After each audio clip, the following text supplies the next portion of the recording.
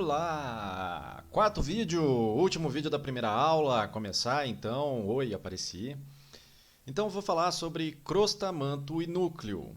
Começando pela crosta, coloquei essa imagem da maçã, porque todo mundo aqui já ouviu falar, se a Terra fosse do tamanho de uma maçã, a crosta seria somente a casquinha da maçã. Na verdade seria até mais fino que isso, mas ok, é uma analogia até interessante. Já começando pensando no que ela é feita, isso tem muito a ver com o terceiro vídeo. Se for pegar a Terra inteira, do que a Terra toda é feita, juntando crosta, núcleo e manto, a gente tem uma média entre ferro, oxigênio, sílica e magnésio de 93%. Mas quando a gente vai só para a crosta, só para a capinha de fora, a parte do alumínio é muito maior. E não é só o alumínio que entra nessa jogada também, o potássio também fica muito maior, o oxigênio obviamente fica com um espaço muito maior e a sílica, obviamente a crosta é silicatada, o manto é silicatado. Essa média aqui só cai para a Terra como um todo, porque o núcleo é riquíssimo em ferro e níquel também. Esse é um gradiente que eu acho que todo mundo já deve ter ouvido falar, que quando você vai aprofundando na crosta, a cada quilômetro é aproximadamente um acréscimo de 0,3 bar e 25 graus Celsius.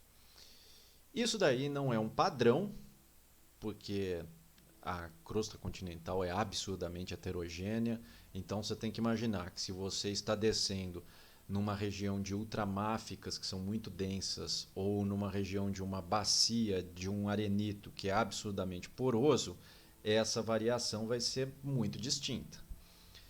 E a ideia é que esse gradiente geotérmico diminui para 12 graus por quilômetro depois que passa de Mohorovic. Essas informações são tiradas basicamente de ondas sísmicas, xenólitos e rochas metamórficas.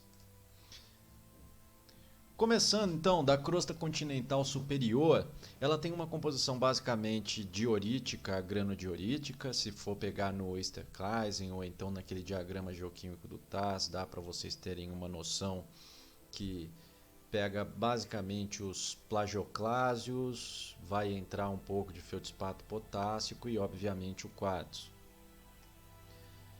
E a crosta média inferior, ela vai aproximadamente 28 km de espessura, sendo 11 km a média e 17 km a inferior. Desculpa, eu não citei, a crosta superior são cerca de 12 km.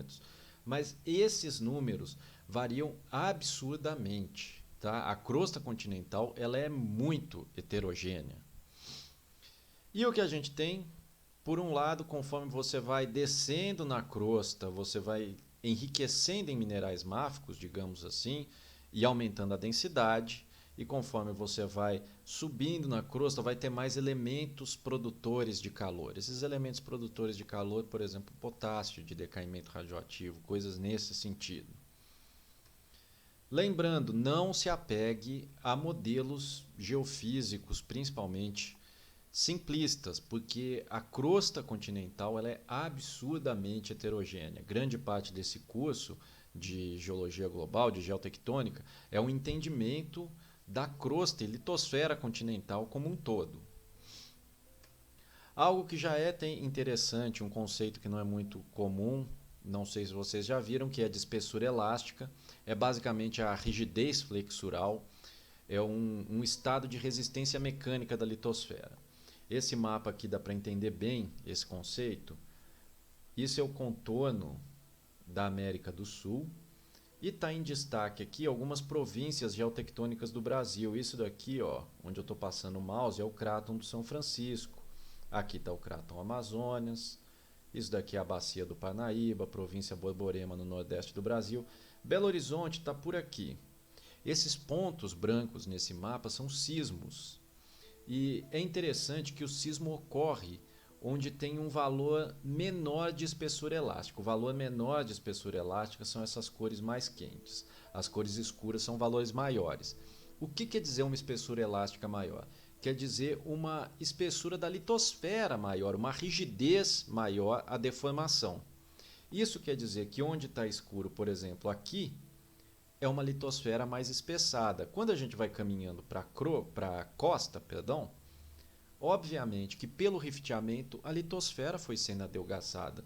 Então a espessura elástica na costa vai ser inferior do que no interior. Mas olha o tanto que a litosfera continental, a crosta continental é heterogênea.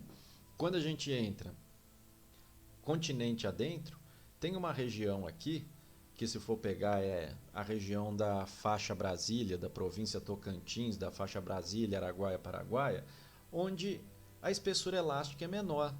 Isso já mostra que dentro de grandes plataformas, de grandes escudos continentais, a gente tem uma variação enorme da espessura e da composição da crosta e litosfera continental. Entrando para a crosta oceânica, ela basicamente está em equilíbrio isostático com a crosta continental. Deixa eu só me retirar. Ela está em equilíbrio isostático com a crosta continental, só que ela é muito mais densa. A gente tem uma crosta continental com cerca de 2,7 contra 3,1 de gramas por centímetro cúbico na crosta oceânica. Ela é muito mais fina também. Apesar dela ser muito mais fina, quando a gente tem uma subducção, é sempre a litosfera oceânica que vai para baixo, devido à densidade dela, que é muito maior. Enquanto uma crosta continental tem cerca de 40 km, podendo ir para mais de 100, a crosta oceânica é fininha. São 6, 7 km. E ela tem 3 estratos, que estão aqui, ó, distintos nessa parte. Estrato 1, estrato 2, estrato 3, até chegar em Mohorovic, quando a gente entra no manto superior. Eu vou detalhar um pouco mais cada um desses estratos agora. O primeiro estrato, ou a primeira camada, é basicamente composta por sedimentos terrígenos de corrente de turbidez. Então isso daí a gente vai incluir sedimentos pelágicos, argilas com zeólitas, oósis de calcário e silício, nódulos de manganês, sedimentos nesse sentido. Se a gente for pegar entre o Atlântico e o Índico e o Pacífico, vai ter uma diferença enorme nessa camada 1, porque se por um lado o Atlântico e o Índico parcialmente são margens passivas, o Pacífico é margem ativa para todo lado, ele é todo cercado de trincheira. E como ele tem muita trincheira, elas ficam preenchidas e ficam trapeadas de sedimento. Enquanto o Atlântico e o Índico não têm trincheiras, o Índico tem um pouco, mas o Atlântico não tem trincheira basicamente nenhuma, permite a entrada de muito mais sedimentos. Então essa camada 1 vai ser muito mais espessa no Atlântico e no Índico, principalmente nessa porção do Índico aqui, do que no Pacífico, porque o Pacífico, a trincheira está levando o sedimento todo, a placa está levando o sedimento todo para a trincheira. Continuando, a gente chega nas camadas 2 e 3, ou nos estratos 2 e 3.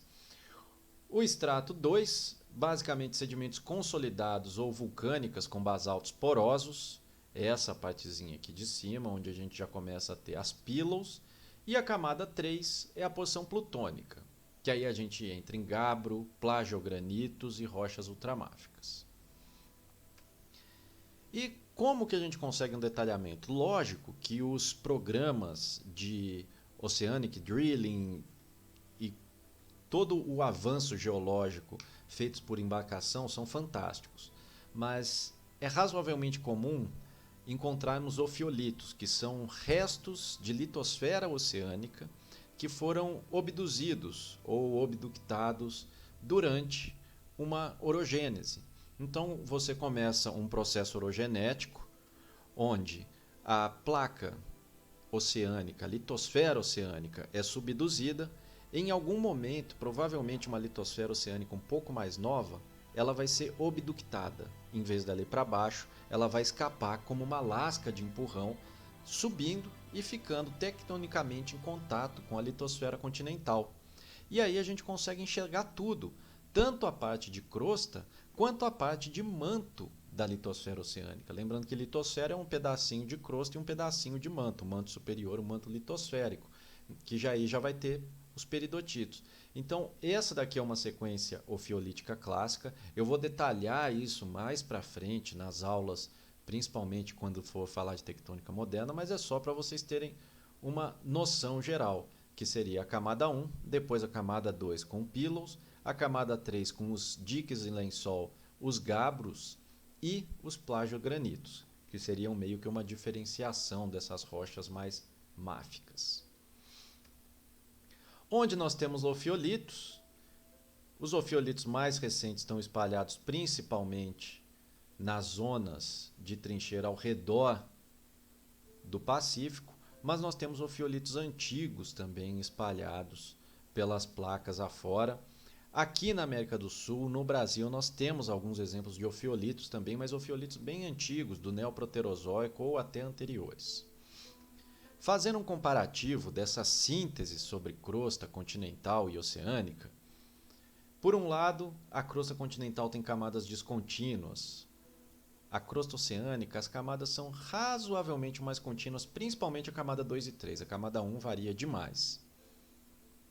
Em termos de espessura, a crosta continental é muito mais espessa que a oceânica, incomparavelmente.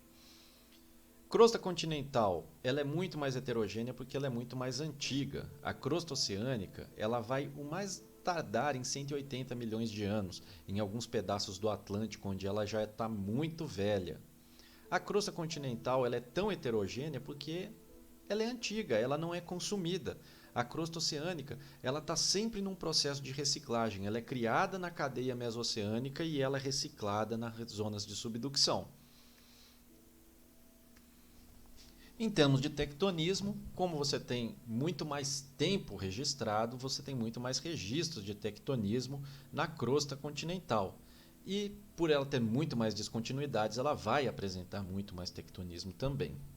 E atividades ígneas, a crosta continental, tirando as regiões de trincheira em um ou outro ponto isolado, ela não tem tanta atividade ígnea. Além das trincheiras, você tem as grandes províncias ígneas, que geralmente são frutos de rifteamento.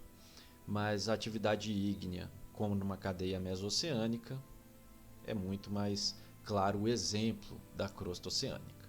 Então, descendo agora na estrutura da Terra, a gente chega no manto, que é a maior subdivisão da Terra. Se a gente pegar de Mohorovic, que seria logo a divisazinha ali, ó, você desceu da crosta, chegou em Mohorovic, entrou no manto, dá 2.891 quilômetros. Isso é uma espessura razoável. Então, o manto ele é o superior e o inferior. Eles são divididos por volta de 410 a 660 quilômetros pela mineralogia arranjo cristalino. Essa mineralogia arranjo cristalino vai refletir na velocidade de onda P e S, vou mostrar daqui a pouco. Ele é muito rico em elementos traços. O manto é silicático. Tá? Tanto crosta quanto manto são silicáticos, só o núcleo que não vai ter tanta sílica assim.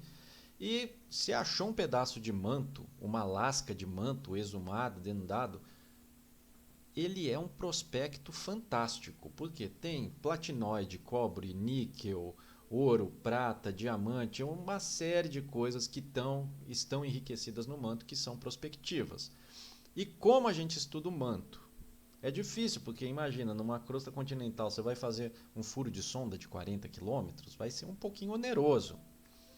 Mas se a gente for pegar ofiolitos, que Alasca vem junto um pedaço de manto, pipes kimberlíticos, o kimberlito, aquela rocha ígnea explosiva, que geralmente tem xenólitos mantélicos juntos, e inclusive dentro de diamantes pode ter inclusões para se estudar os minerais que foram cristalizados lá de onde o kimberlito ascendeu rapidamente.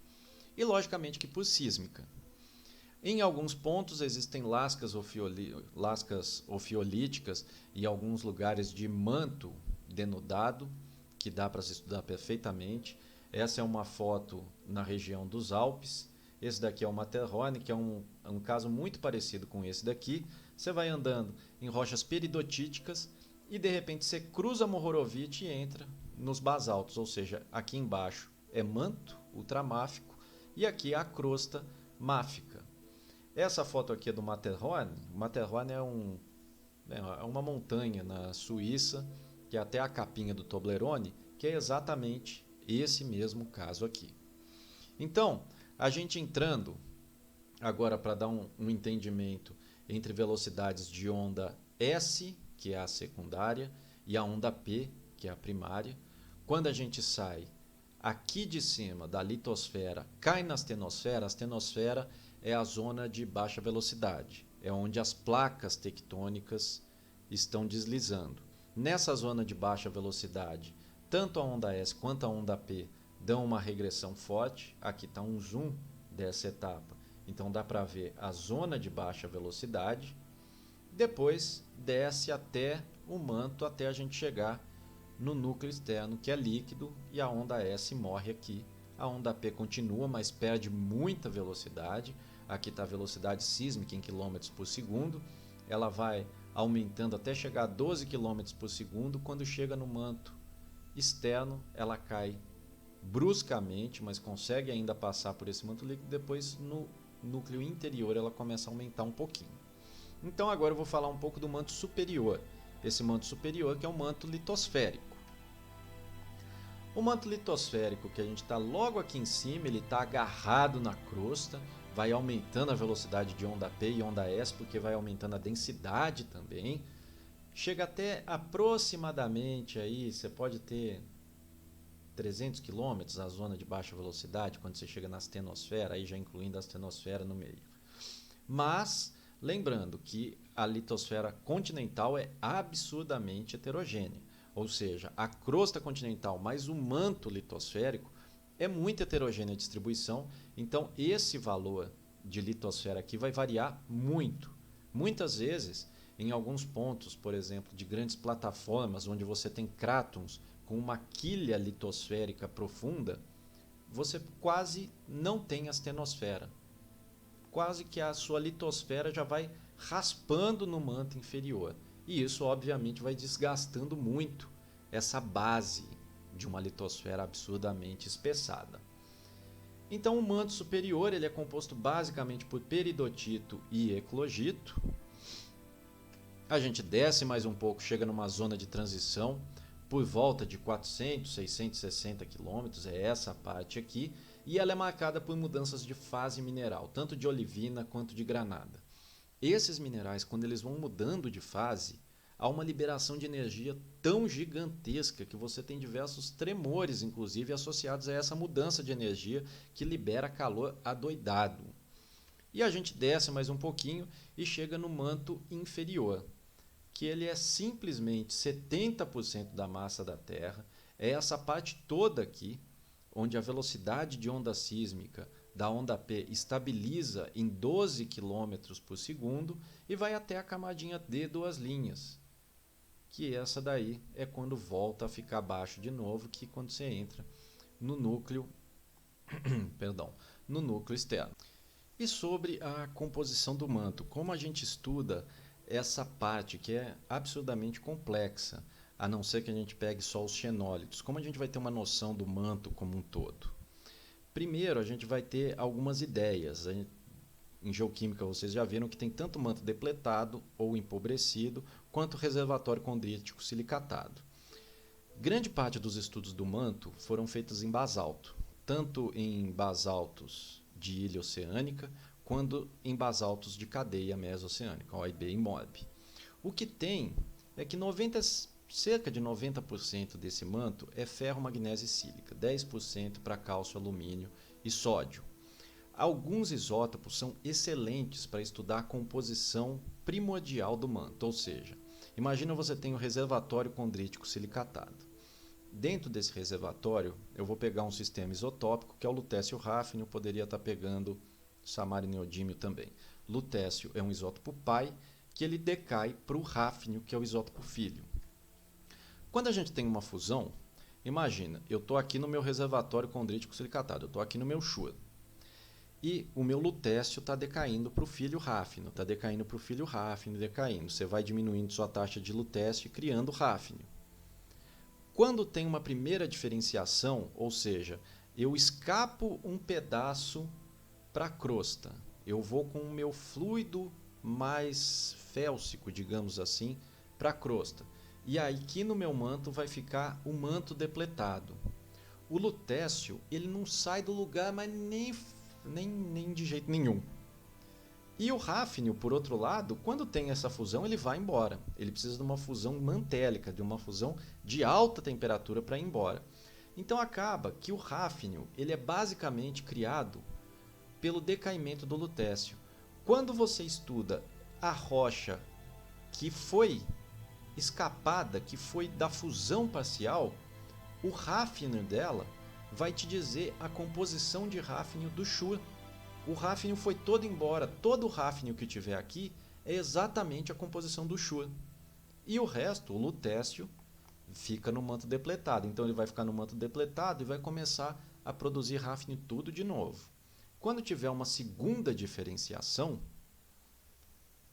vai ficar mais depletado ainda meu manto e eu vou ter outra diferenciação com o hafnio indo embora. Por outro lado aqui, eu já diferenciei tanto que eu já estou com pouco lutécio porque ele foi decaindo e meu hafnio foi todo embora. Então, quando eu diferenciei aqui o meu hafnio, ele está representando o hafnio da composição do reservatório condrítico silicatado. Quando eu diferenciei aqui, o meu hafnio está me dizendo a composição do meu manto depletado nesse estágio. Se eu diferenciar de novo, ele vai querer me dizer a composição deste manto depletado de agora. Então são essas pequenas características, essas pequenas nuances que vão dando uma noção cada vez mais completa da composição mantélica para a gente. Continuando, a gente cai no núcleo, já estamos chegando bem no centrinho agora. O núcleo começa na descontinuidade de Gutenberg, tem um raio de cerca de 3.480 km e começa quando a gente já está 2.890 km para dentro da Terra.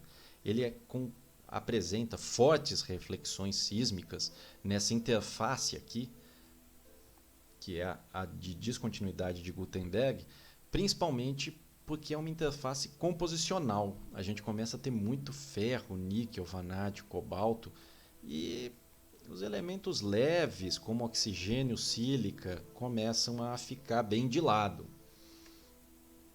O núcleo externo ele é líquido, é o que gera o campo magnético. Você imagina esse tanto de ferro e níquel girando sem parar. Obviamente vai acabar alguma hora gerando uma corrente elétrica que vai induzir um magnetismo. Esse magnetismo é muito importante porque ele barra grande parte da radiação solar. Em alguns pontos ele forma a aurora boreal, principalmente em regiões mais austrais, digamos assim. A aurora boreal nada mais é do que partículas de carga, os íons solares presos pelo campo magnético. Como eu comentei, esse magnetismo é uma corrente induzida, você tem um núcleo interno sólido, rodando, isso induz a uma convecção no núcleo externo que é líquido. Essa convecção vai gerando uma carga elétrica que é uma resposta em campo magnético. O campo pode se alterar, campo magnético não é estável, isso daí fica muito claro, principalmente em litosfera oceânica, onde tem muito mineral que guarda essa orientação do campo. Geralmente altera a cada 450 mil anos, mas isso varia demais, a 750 mil que foi a última inversão, e tem um código que varia absurdamente a quantidade de inversões. O campo pode se alterar tanto por um evento interno, como associado a movimentos caóticos do núcleo externo, isso seria completamente espontâneo, mas também pode ser um evento externo. Aí seria desencadeado por eventos que podem interromper esse fluxo. Você imagina, tem uma subducção, o slab vai descendo, descendo, chega uma hora que ele quebra e vai descendo em direção ao núcleo. Quando ele cai ali, é algo muito frio, que pode causar um distúrbio no núcleo externo, assim como plumas mantélicas também. Ok? Isso aqui, que eu estava quase esquecendo de citar, o polo magnético, o polo norte magnético, o polo magnético da Terra está se movendo. Desde que ele começou a ser medido, isso já fazem cerca de 20, tanto, não, mais de 30 anos, perdão. Já foram 1.100 quilômetros percorridos, desde o início de suas medições. Em 2003, ele chegou a andar 64 quilômetros, tá? Correndo bem. Então, uma vez que o campo magnético está presente em todo o globo, a descoberta de padrões ajuda, inclusive, a correlacionar posicionamentos. Isso daí Vocês já viram muitas vezes em litosfera oceânica que fica mais claro essa parte. E como que isso acontece? Quando uma rocha começa a cristalizar, essas são algumas imagens de lavas. Isso na litosfera oceânica é muito comum. Lavas basálticas, elas geralmente têm uma viscosidade às vezes um pouco maior. A lava começa a cerca de 1400 graus, mas nessa temperatura o magnetismo não consegue se orientar ainda. O magnetismo fica completamente caótico. Essas setinhas estão mostrando o magnetismo cada hora para um lado. Esse vídeo eu extraí do canal da USP, que é do professor Ricardo Trindade, se não me engano é USP ou Unicamp, eu vou colocar a referência certinho aqui na descrição do vídeo. Quando abaixa a cerca de 600, 650 graus, começa a estabilizar. E aí todos os minerais começam a ficar orientados com esse magnetismo. Inclusive, essa é a questão desse vídeo aqui. O que quer dizer esse magnetismo? Como que você vai saber exatamente uma latitude, uma longitude com esse magnetismo? Principalmente, a latitude fica um pouco mais claro, mas e a longitude?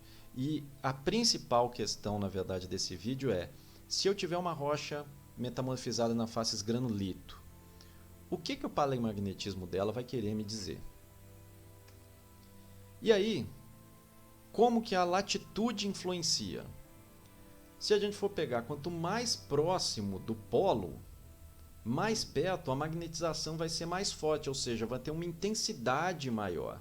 E aí a inclinação mais perto do polo tende a ser vertical, no equador ela tende a ficar mais horizontalizada.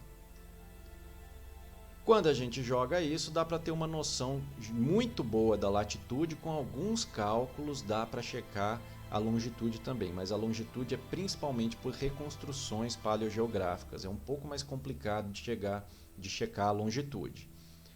As melhores rochas, ou vulcânicas ou sedimentares, que tenham algum vulcanismo associado ali. As rochas vulcânicas são as ideais para se tirar isso, exatamente porque o mineral cristaliza na hora. Ele chega a 600 graus, cristaliza, e a questão é, quando eu fizer um metamorfismo granulítico, que eu passei dos 650 graus, o que ele está querendo me dizer se eu for lá e medir o paleomagnetismo nessa rocha? E é indubitável que a observação desse campo magnético subsidiou muita coisa na tectônica de placas. Isso eu vou comentar em maior detalhe, principalmente quando for falar sobre limites distensivos. Ok? Gente, esse é o fim da primeira aula. Valeu!